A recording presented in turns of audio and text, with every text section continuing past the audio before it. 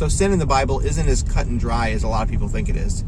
I mean, yeah, there's all the rules about, doing things and not doing things, whether it be, don't kill your neighbor and don't steal from them, and do love them, do them good, those kinds of things. Those are cut and dry, of course. But then there's also a whole realm of, if you know the good that you ought to do and don't do it, that's also sin. So just because you don't kill somebody, if you know that you should bless them in some way and you don't bless them, the Bible calls that sin also.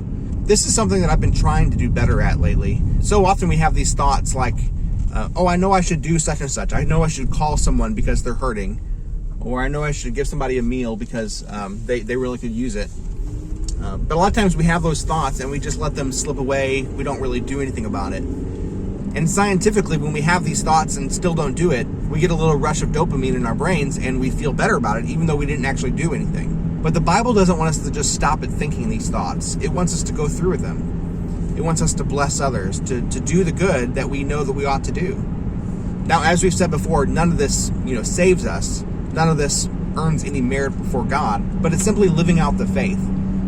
Because God has loved us, we ought also to love one another. And that doesn't mean just loving them with warm, fuzzy feelings. It means actually doing good towards our neighbor. Just as Jesus died on the cross for our sins and demonstrated God's love for us in that way, we're also to go out of our way to love the people around us. And even people that we don't even know on the other side of the world. Compassion International is a great way to sponsor kids all over the world. But really, that's all another tangent, another talk for another day. When it comes down to it, we just need to be people who see the needs of those around us and do something about it. So how can you bless others today? God bless you. We'll see you again tomorrow.